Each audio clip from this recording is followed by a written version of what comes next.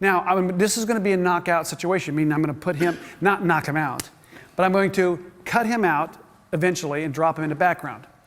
And so all I want is enough, yeah, come on over here. All I want is enough information in his legs and everything that I can knock him out. So you're going to see my lights, whatever. And so since I don't have a huge sweep, we probably could, John, I didn't think about this. We could probably just use the brick wall. Yeah, it's not perfect, but you need enough so you can cut somebody out. And this sweep's 9 foot. You can also purchase, by the way, if you get in a situation you go, gosh, I wish I had a little more, you can buy a 12-foot white sweep.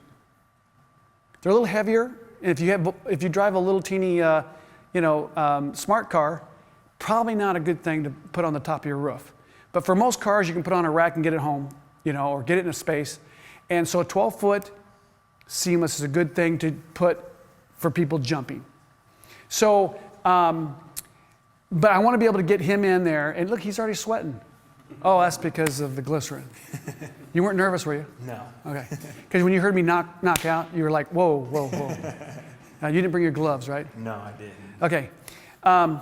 So we're going to do an action shot, and I'm going to show you kind of how that's done. Now, any questions at this point from our folks in cyberspace on all this action, tea time? I think the big one that we had was, let's see, trying to decide which ones to ask here. We've got, what do you think? Let's go. We could go with the one from Chris Walt. I think so, yeah. So Chris Walt says, the camera is set at a speed below the sync, like 1/200th, even though the speed of the aperture is 1/6000th, yes? So the ambient must be so low that nothing is recorded at 1/200th. Is that right? There you go. We're in a dark environment, right? And so this is a big question. You say, well, if my shutter is going at 1/200th of a second, doesn't it have to match my tea time? No, because the strobe is going at a really short duration within that 1/200th of a second. So here, think about it this way. The speed of light is, does anybody know? It's fast, okay? And so when we talk about a 1/6000th of a second, we think that's really fast. It's not with light. So that's where you get this ability for, number one, a sensor to pick up, like in TTL. It's going about making a computer saying, perfect cutoff, tea time, boom, and you get a perfect exposure. And that's because the speed of light is faster than what our brain can think. So yes, in an environment like this, so if I'm shooting outdoors, it's a whole nother thing.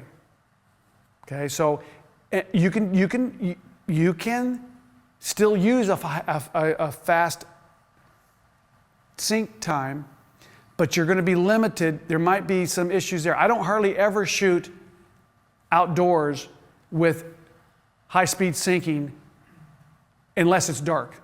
Like the last light, I might do it, boom, and get a guy on a track and field. But all my stuff now is, the stuff that you're seeing is all shot in studio.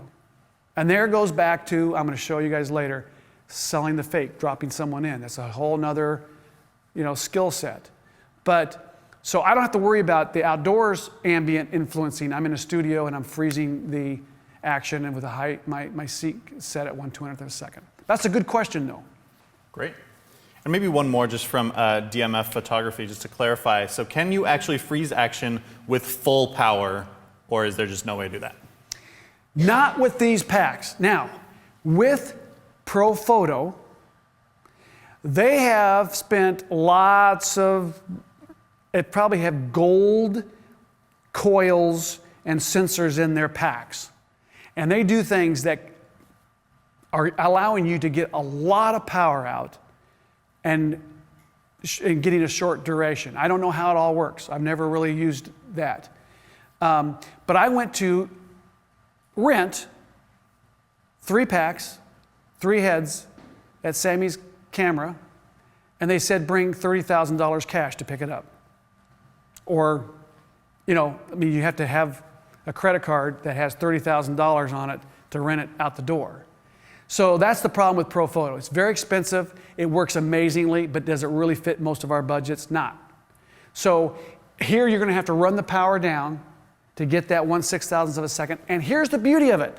It tells you on the back of here what your tee time is. So I can just power it up until I get my tee time, what I want, then match it with my ISO and my f-stop. It's really simple. So it goes back to this. Make it simple as possible, folks. Don't get too wrapped up into it. And there's also some considerations which people need to know, is that the triggers, if you buy a trigger on eBay that's made somewhere in another country that may not have a fast enough, I don't know what you call it, trigger, whatever, to match your tee time. I don't know.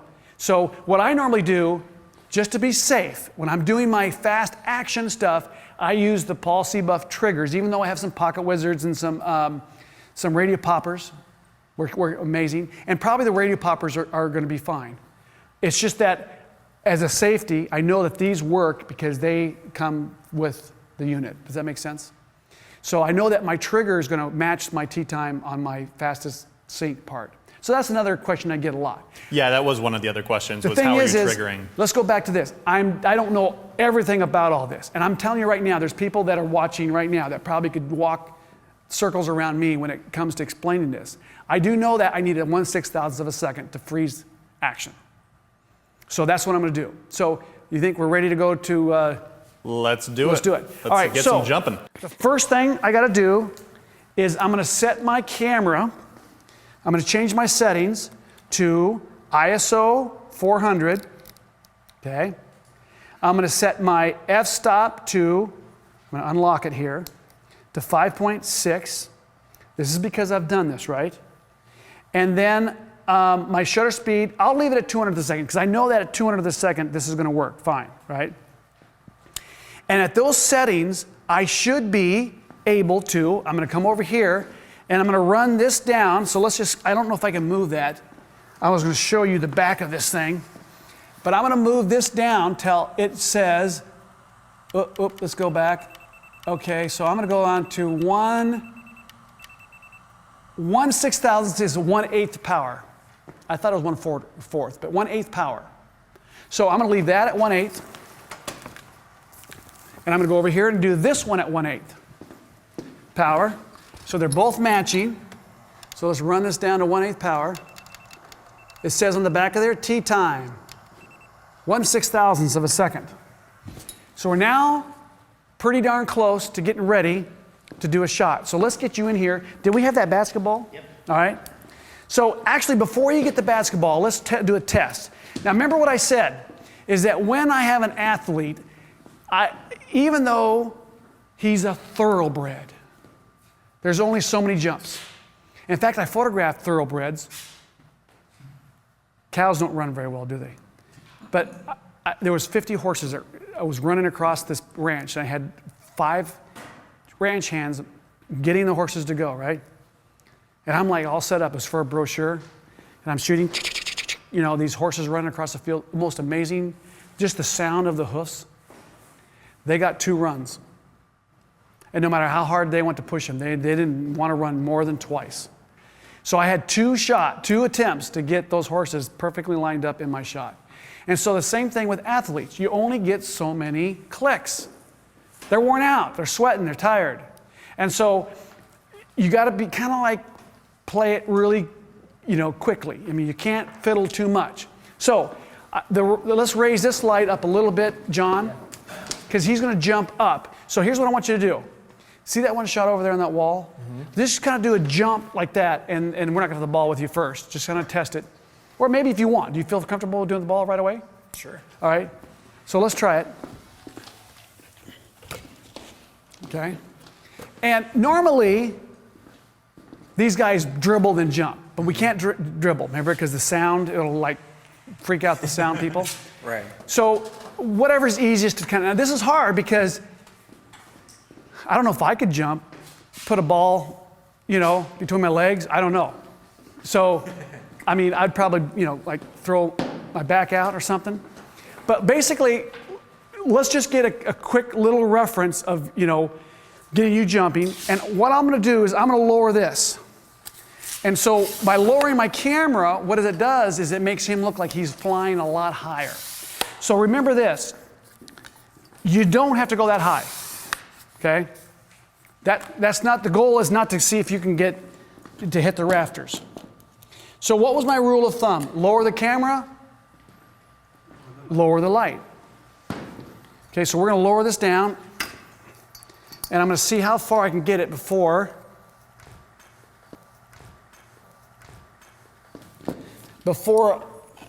okay, so I'm at 24 millimeter and 200th of a second, ISO 400. And I have not tested this before, right? I mean, in terms of in this environment or whatever. And so we'll see here how close I am.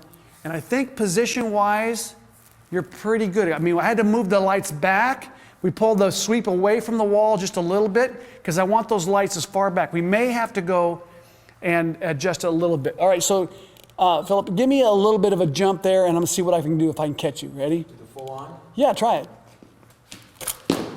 Okay, so it's gonna come up here. First thing I noticed is I missed his 1 foot. Darn it. Okay, so his 1 foot's out of the picture. And has it come up on this one yet? We'll come up in just a second. And then this is too much power. This was too much power. So let's go and knock this down. We're going to go down at least a full, he's way too lit in the front, right? Way too lit? So let's go, I'm going to go full stop. That's a full stop. Okay, let's try it again. Now, let's do this. Let's have you, when you jump, you do a little bit of an angle. I want to see a little bit more of your face. Okay, so you're jumping this way. Got it. Okay, so now, timing. Timing is everything. So I'm going to back up just a little bit because I noticed that even if I'm really good here, I'm still going to miss him a little bit. So let's see if I can get you right. Hold on. I'm going to have to raise this or pull it back. Just a fraction to get clear of that. Okay, here we go. I'm ready. Ready? Yeah. Beautiful. Now, I got a little too dark on this. And so let's see where we're getting. But okay, now I went too dark on here. And because it's a wide angle lens, what happens? Anything closer gets bigger, right? Now, if you look at my shot over there with one of the ball up people, he's jumping, look at his front foot's a little bigger than the back foot. So it's not a bad thing, right? Because it fits in the wide angle environment. So I'm not a little worried too much about that. But also, let's do this. So when you jump, start about here. That way you're a little bit back. This one's not even hitting you, so that was a problem. This one's kind of going past you also. So we'll adjust that. So these are little adjustments here, Okay, so let's see what happens. We're on our third jump. Okay, so let me get focused. Okay, I'm ready to go. Okay, so let's see. Also, sometimes it helps not to look actually through the viewfinder, just if you got them all framed up, and you can, by just your eye, click it. And you can actually see the light hit the person, so you know if you're correct. Okay, so now you play basketball, right? You got that down. But this guy over here does it for a living. The guy on the wall over here, special effects they call them. So, it's like I said, it's a little, you're not dribbling either. So he dribbled the jump, boom. Right. So it's a little harder. So, okay, so the first thing I do is we're on number 4? Not too bad. We're getting there. Okay, so I would say, again, I think it's freeze. You see any ghosting in there? None. It's frozen. Okay, so now I got to look at my lighting. So let's say, well, he's lit on the back pretty good here. That's got a good line. Maybe a little overlit on the front here on his chest, but his face is got a little bit of a highlight. So what I could probably do is have him, let's see, maybe when you would do it, just turn and look down a little bit. So you just jump, and you're not looking too far that way, but bring your head a little bit this way. Now, you can't give a guy too many things to do. But pretty soon he can't remember what he's supposed to do, right? So just comfortably do it again, but maybe now watch your face because that's important, right? Because I'm still a portrait shooter. I still want to look how the light looks. And if I'm, like, for example, the golfer, right? If he looks like he's a hack for an ad, for a golfing brochure, not good. Same with basketball. You want to make him look like he's, really the real deal. So I want to make sure I get a good jump out of him. All right, so let's try it again. Here we go. I'm going to focus on you. All right, here we go. I'm ready. Okay, now that was a little short. That back leg didn't quite get high enough. But don't worry about it. Don't worry about it. Do it again. I know it's a little bit uncomfortable, so just try it again. I'm ready. That's getting better. It's getting better. So hopefully that back leg's a little bit better here. There's not bad. Okay, now, at this point, we could do another 10 shots, maybe get a better one, but maybe there's something more comfortable that you're able to do. You know what I'm saying? But you're like, well, that's kind of uncomfortable. Maybe I could try something like you're like doing a slam dunk or whatever. You know what I'm saying? So I've discovered that, like when there was 11 athletes, basketball players for this one team that I photographed for that shoot. Some of them just didn't do very good at that. They did better at something else. So it could be that we find something that fits you. Like, what can you do that you think looks pretty dramatic that could be kind of cool, right? So what do you think? What can we do? Do you want to do a... Act like I'm dunking the ball. Okay, so that's going to be... Catch it. That's... Well, there you go. Let's see, what can we do? Well, let's see. That's why this is pretty easy. Do you feel comfortable trying another one? Yes. Okay, let's try another one. Really quick, Joel, just give Philip a chance to breathe again a little bit. Question for when you're doing these action shots, how are you focusing? Like, what's your, are you pre-focusing? Yes. Talk about that. I back focus, and I can get into that a little bit, but I hated autofocus from day one. And it wasn't until about 2 years ago that I actually even used autofocus at all. When I discovered back focus, which means I've disconnected this focus, or it doesn't focus by the little trigger finger, it focuses by the thumb. So the beautiful thing of that is let's say I got you, and I want to set you to the right of the frame, right? So if I have my little sensor in the middle and I go this way, you're perfect, right? Zzz, in focus. But if I go over here like this, I got to either hit the button, set it up so it freezes it, then move it and shoot it. Well, then there's two things going on, right? But if you back focus, all you do is focus and then just turn and start shooting. And as soon as you move back, I refocus. So right now, I'm focusing on him.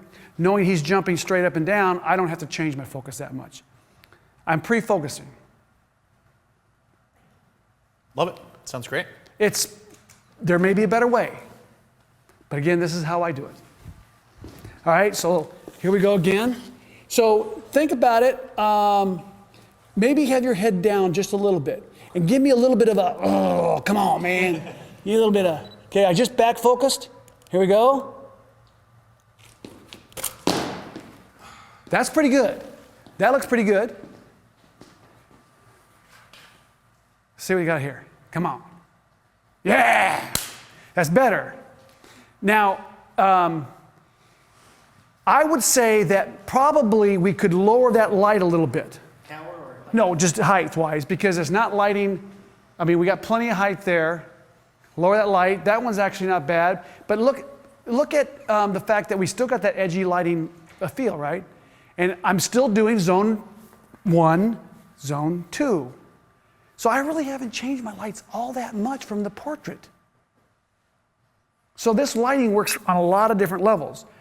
Now, if you wanted to, like I just shot on Monday, a snowboarder jumping through the air, right, in the studio. I'm going out in the field now shooting the actual backgrounds. And as a conscious decision, I decided to, and with the art director, is to have the light coming here be really bold and the light back here really weak because I'm going to have the sun coming from this direction. I still want a little edge light, but I'm actually feathering it down a little bit so it's not equally edged, right? There's not two sources of sun. So I think about that. But for this scenario, I don't really care because even like in that shot there, I got two lights coming, equal.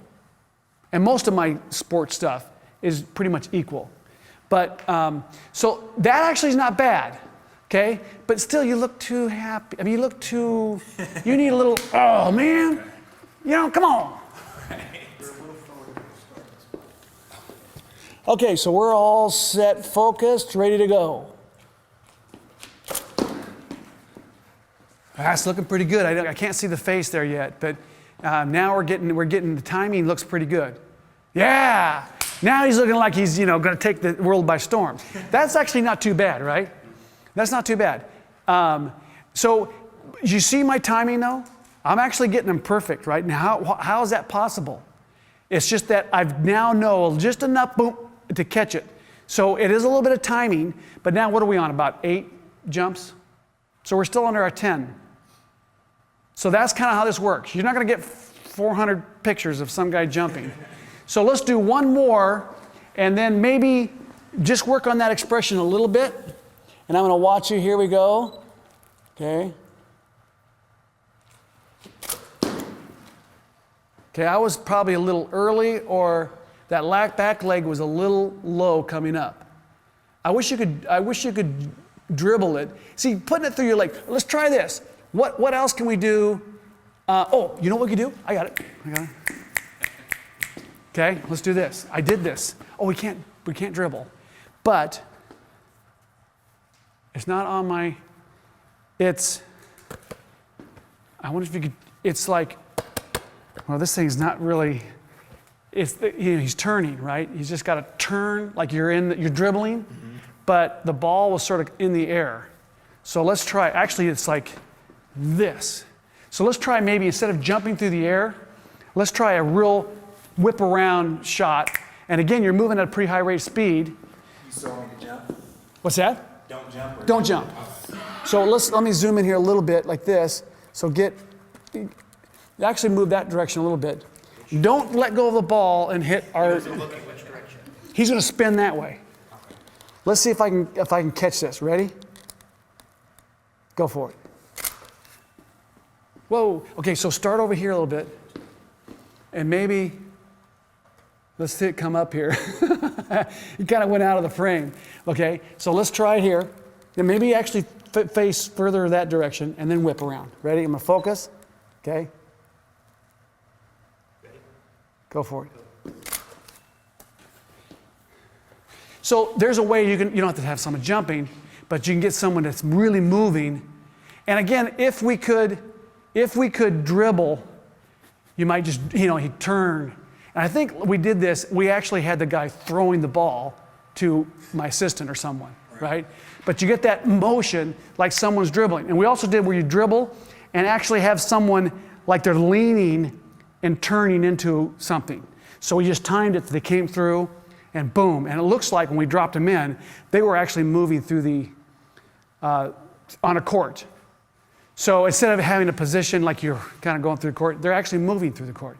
But see how fast he moved? And it's frozen. And again, I'm at ISO 400, which is pretty safe. Okay, it's not going to be that grainy. And then I've got 5/6 of a f-stop, still got plenty of depth of field. I'm pretty much covered because I'm wide angle. And so these are working beautifully. Maybe something else. Maybe just do this, Just try something. We'll just, again.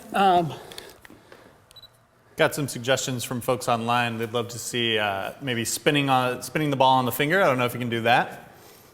Can you do that? So slippery. I think I touched the sweat. Okay, whoops, sorry, I was late. Hold on. This ball's really slippery. All I need is 1 second. Just watch this next one here. But don't cover your head. So it's like the ball, watch this shot.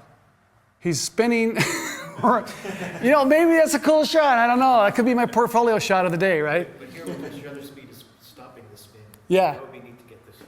Okay, so try it off the side a little bit. Whoops, and now I got it out of the frame. So let me go a little higher here. Ready? Try it. So all fun stuff. I mean, but the ability to freeze action gives you lots of options. Where, you know, before I wouldn't have that. I would have this ghosting. Now on the spinning, the ghosting might look good, but just do like you're intensely going this way to that way, and let me catch you. Okay, ready? So from this way to this Whatever you want.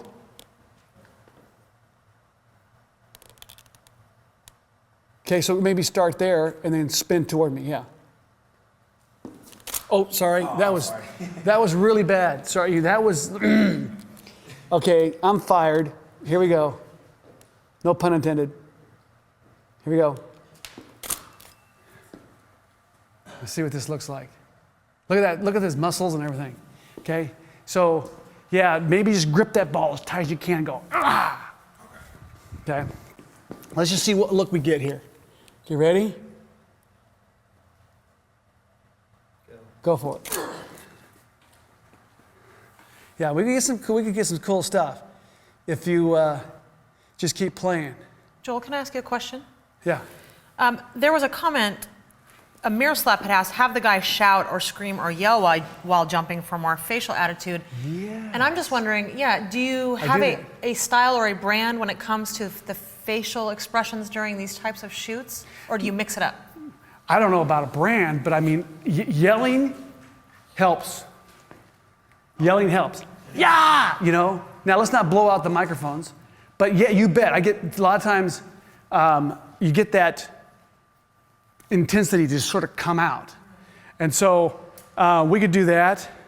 That's not too bad, but you know, that's again, he's moving at a really high rate of speed there.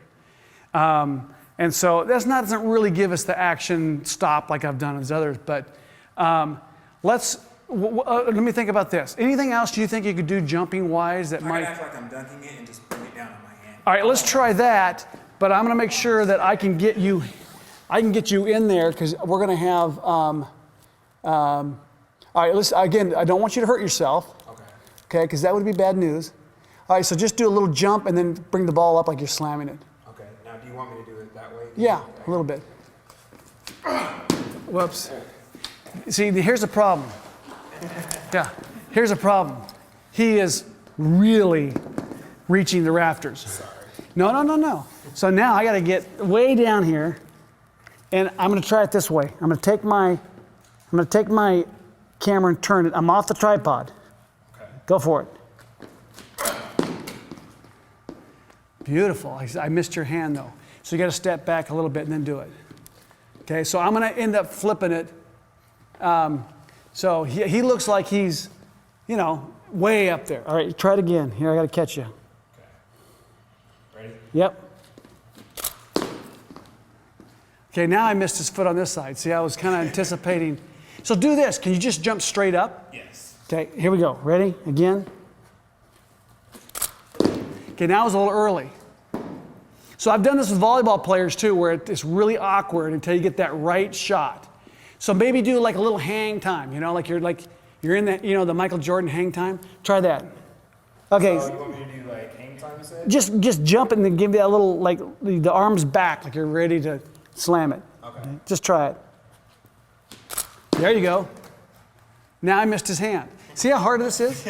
It's like, well, and he's not really being able to dribble it, I think. But that's not bad. But now watch it. See your legs? Yeah. Spread your legs more. Spread them more? Come on, do the Michael look. All right, Michael here we look. go. Okay, now I'm going to see if I can get you all in there. Ready? Here we go. Ready? Yep. There we go. I think I nailed it. Finally. There he goes. Woohoo! Just missed a little bit of the foot. But that's kind of, you know, I probably could go horizontal on this. Try one more. See that? Okay, because I think I can still get you horizontal now. So really spread the legs. All right, ready? Yep. And I trimmed the, oh, that was almost perfect. I just trimmed the ball off. But here's the thing. I can always take a frame off an old one and drop it in. Ooh, now we're getting there. Come on, let's do that again. Ready? Yep. Nailed it. Okay. Nailed it. This is killer. Right there. So again, you do, 10 of those or 15 of those, and he's exhausted, but hopefully you got enough to now dropping him in. That's a whole nother art. But I think, you get the point, right? You get the point that it takes a little bit of work, a little bit of timing, and the tools are not that complicated. So let's go from here. Any other questions? I think in terms of high speed, I think I've covered pretty much what I need to cover. Wide angle lens, that helps. Now I just did this. Really cool shoot. I built a flat that rolls in my studio in Phoenix. So it's 8 by 12. And I had a guy originally that was a basketball scenario. And I took the one light all the way back 28 feet. Same settings here. So I had it 5.6 at the power or whatever that I'm doing there. So it's the 6,000 shutter speed. And he goes and he launches himself and goes like that. And he's against the white and the shadows hitting the wall. I wish I had it for you here to show you. Unbelievable. Totally different look. Now again, but I'm using high-speed syncs, same concept, but with one light with a shadow. And then I did it with him jumping with a skateboard, like the Tony Hawk look. Boom, he jumped up, turned the board like that, like he's catching it, and just against the white with a shadow. A hard shadow. Yeah, it's gorgeous. And so that depending on how far away he is from the white, will change the length of the shadow and all that. So really cool look. So, but still with high speed sync, knowing that I need a 1/6000th of a second at least out of the light to freeze action. Now, one little side note here. If I pull these grids off, I get about another stop of light. So, what that tells me is that if I start to get a little bit worried about my f-stop there, so let's say 5.6 not covering it, my depth of field, and I might think, you know what? I'm going to pull those grids off, put a couple flats up. Now I get a full more stop of light out of there. Now I'm using the grids to stop my flare. So that gives me a little bit of flexibility. And if I really needed the extra power, I can take my inner baffle out, which is going to make my light a little harsher because it's smaller blasting the center. But yet, or I use a smaller box, and a smaller box usually puts out a little more light than a big box. So if I really need that extra f-stop, instead of raising my ISO, I just solve it through those little issues. So again, think about it. Now, again, I probably have barely tapped the surface of what can be done with high speeds, syncing, and action, strobes, and all that. If that's your thing, take this just simple little techniques here and run with it. And just build a whole body of work that's based on action sports. You can make a great living doing that. And so that's the beauty of what I hope, inspire people to say, you know what, I could do that. I have an interest in that. And again, you may say, I want to shoot babies. You don't want to have babies flying through the air. Well, maybe you could. Yeah. A baby doing a backflip. But high speed, well, okay, think about this. Do you know the shots of the dog going underwater for a ball? And they trigger it underneath? What a great idea, right? But you could use animals jumping through the air. Take your cat, throw it through the air, and just go, wah! And then just get a perfect, frozen cat. There's a lot of things you could do with high speed. So I'm going to tell you a real quick little story. I was in Israel speaking in Tel Aviv. Did a workshop and a lecture. And this guy came up to me. I'm drawing a blank. Ezra, I believe his name. My wife will kill me because she keeps in correspondence with him. But he came up to me and he said, hey, I'm just getting ready to give my little talk. And he said, can I show you some of my work? And I'm like, I don't really have time for this. And he had his iPad. And I said, sure. And he opens it up and he hits the first picture. Oh no, I said, what kind of work do you do? He says, macro work. I'm thinking, macro work? That's not what I do. I do portraits, right? So then he says, I said, what kind of macro? Bugs. And I'm thinking, oh, great, boring. And the first picture, my jaw hit the floor. And you know what he was doing? He was stacking focus with close-up insects. And they looked like pieces of artwork. Beautiful. He took one idea and just built a whole body of work. Just take an idea. Shooting cows. Or whatever, horses, dogs. Who's the guy on Instagram that does Maddie? Takes a dog all around the world. Beautiful series of images by taking one thing, doing it over and over and over, becoming the expert at it. And so now when a client calls me and says, we need an athlete jump into the air, I got it pretty much figured out. I know my problems. I know how to solve them for the most part. Doesn't mean I know everything, but I do know enough to get there. So that's the beauty of what we do, is that we can, in fact, solve the problems, work it out, then take your creative juices and build something.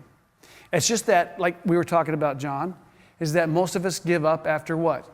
About a year. Well, we try something, So, and I'm jumping ahead of my little program on Saturday, but guess what? Most of us, when we have an idea, like we build a little bit of work and then we give up and go on something else, right? So if you want to rock the world, how many want to rock the world, right? I do. It takes you about 3 years of beating something into the ground and become an expert before you start getting noticed. Now, maybe there's a rock star that doesn't do it in 2 years. The chances of you taking one idea and doing it in 1 year is very, very, very, and it's not, the chances are pretty slim. It takes a little bit of time. But as human beings, we give up before we get that 2 to 3 years of building a body of work. Just take anyone that you think, I love that photographer's work, what they do. Well, they didn't start a year ago. But as human beings, we don't stay with something long enough. So there's my encouragement to you. What separates Joel Grimes from the masses of photographers? That I have the ability to stick with something and do it over and over and over again. That's the beauty of what I have.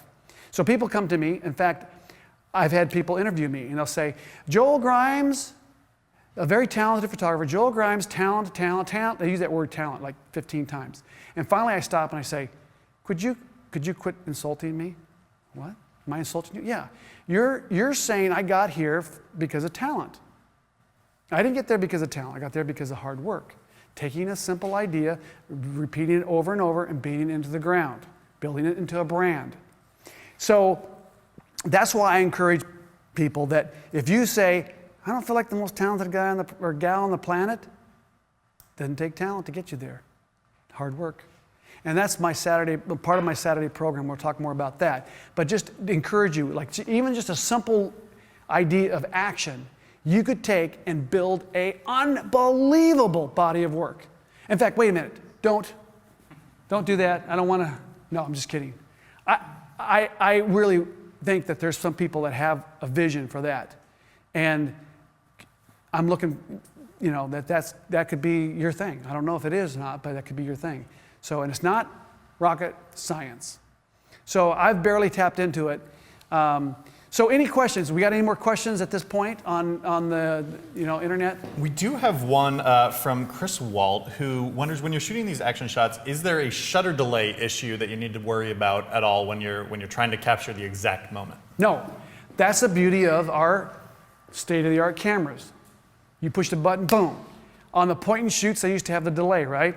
Now they're getting better. Not as bad, The problem is with manufacturers is that when you increase, for example, megapixels and bit depth, it takes more processing power to run these cameras.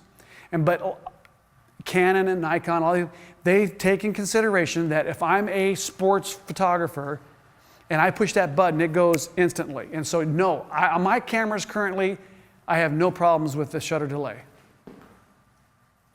And any questions in the in-studio audience?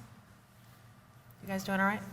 Cool. They're learning, Joel. So They're Jason, are you learning. going to do a series of cows jumping in the air? Maybe not jumping in the air, but maybe a series of cattle pictures. You know, but I'll tell you what though, even like, for example, the bull riding, and I have tried to shoot bull, and like I did a thing for Roper or whatever it was. We had a bull rider, and in those days I didn't have high-speed strobes. We tried to strobe the bull with him going out of the chute. Oh my gosh, it's a lot of work, but you could. Think about that. Think about that. That could be a killer series of images of strobed bull riding coming out of the chute with darkening the background behind and then having this just perfectly frozen thing going on. So you never know how you can apply it. We did have a couple questions about, again, about focusing. Like if an athlete is running towards you and so that focal plane is moving, how do you deal with that? I pre-focus in that spot. So, okay, so let's say he's going to launch himself here. I say focus, he steps back, jumps, boom, and he reaches that point in a focus. It's not perfect science, but it's pretty darn close. I don't know. I don't feel like I've ever really had an out of focus picture when I'm shooting these people. As long as you get that basic, and I'm shooting wide angle, so that's a big difference. Let me do. I'll just explain one thing to you. That often, what we think is that we have to come up with a brilliant idea before we can rock the world, so to speak, right? A brilliant idea. Well, if you execute a brilliant idea poorly, you can have some success. If you execute a poor idea brilliantly, you can be okay. On occasion, you can have a brilliant idea executed brilliantly, and then you're a rock star. But what can we all do? What's at our fingertips right now? We can execute a poor idea brilliantly. Now, do you understand what I'm saying? Meaning that what happens is often we want to wait for that brilliant idea, so we sit around waiting for the brilliant idea. But if I have a poor idea and I'm executing it, I get better and better and better and better. And all of a sudden, I'm a master at executing a poor idea. Then when the brilliant idea comes, I'm a rock star. Do you see what I'm saying? But we are, as human nature, we want to wait for the brilliant idea. So we sit around doing nothing. So don't sit around doing nothing. Get out there, play, experiment, play, and then you execute brilliantly. And then one day, all of a sudden you go, what if I did this? And then, like I said, it all comes together. So don't sit around waiting for a brilliant idea. Just get out and learn how to execute brilliantly.